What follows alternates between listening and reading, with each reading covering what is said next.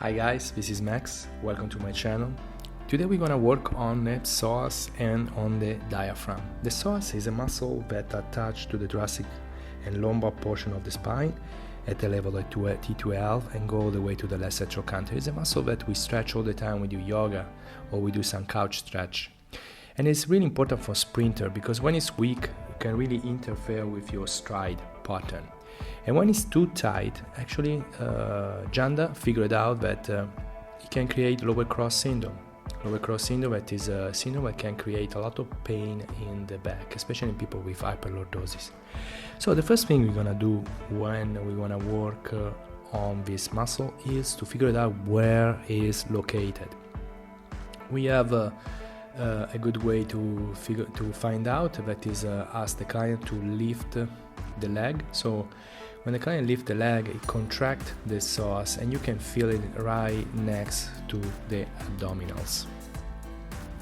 After they contract the leg, you can go. I was having some difficulty to find in the psoas because it wasn't so tight as I was expected. So when you find where the psoas is, so now I even asked to contract against my hand, and then I finally find it. Once you have the finger on top of the muscle, you just press on the muscle back and forth and trying to release it. And then you will ask the client to slide the leg back and forth on the table, really slow, to create a pin and stretch into the muscle. Or you can even go cranially or caudally to follow the movement of the muscle. So the psoas weakness leads to altered joint alignment in the muscle and muscle inhibition of the deep stabilizer, like the longissimus or the multifidus of the spine and pelvis.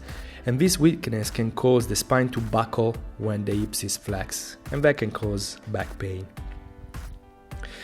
We got to another important information about the psoas is that is helping in maintaining the alignment of the femoral head in the acetabulum. That's why we'll work the insertion of the psoas in the video. And like I was saying, if you're a runner, it really can decrease the stride pattern, making you less fast. So here I'm working, I'm working more on the rectus femoris, that is another muscle that is involved in a lower cross syndrome. And I will work on, I was working a little bit on the TFL, that is a muscle that can get really tight with the rectus femoris. So they are all connected in this frontal deep line. And now I'm trying to stretch while in the same time my hands are under the sacrum. And I'm moving the finger in the direction of the feet while I'm mobilize the hips. And finally, I will stretch the iliopsoas. So here we have a mobilization and a stretch in the same time. I really like this technique. It's really relaxing for the client.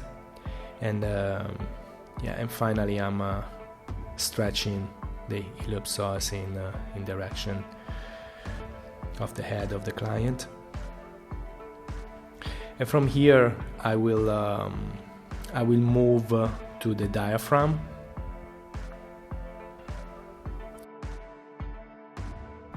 But before working on the diaphragm, we're gonna work on the rectus abdominis, and we're gonna give a visceral massage. A massage that has the purpose to switch to the parasympathetic nervous system, a system that is dominated by the vagus nerve, and it can create that feeling of rest and digest, of calm, of bliss, of oxytocin release. It's a pulling and pushing, gentle, back and forth, and sometimes you can even add a head with this technique that comes from Brima, that is allow the abs and the back to letting go. And when you're letting go, you can probably solve even back pain that you weren't able to solve in another way. And even irritable bowel syndrome can get less acute with this technique. But then we move to the diaphragm. When we move to the diaphragm, in exhalation, we follow the finger on the direction of the head, and with the exhalation, so when the diaphragm tends to go down, we stop it with our finger and don't allow it to go down. And we do this process 2 or 3 times. You can even add some movement like Syriacs, because you got to remember this is a muscle and you need to be relaxed. And the diaphragm is always been related to breathwork, to holotropic breathing, to mindfulness, to yoga, and it has so many effects. But the most important effect is the relaxation and the reduction of cortisol. It can help anxiety, depression, headache. So having a good functional diaphragm, it's perfect for this kind of problem that we encounter every day, especially with overcharge and the overload of information, stress. And it can be even helping all the problem related to breathing, like asthma, for example. Because when you have asthma, you're not able to really breathe with your belly, and then we opening the fascia, opening the fascia down, you create line that go from the xiphoid process all the way to the pubic. You can do the same thing on the fascia on the lower part of the abs. So the intent is to create space, to break adhesion, to allow the muscle to be fully expressed, to be fully functional. And again, a massage in the lower part of the intestine.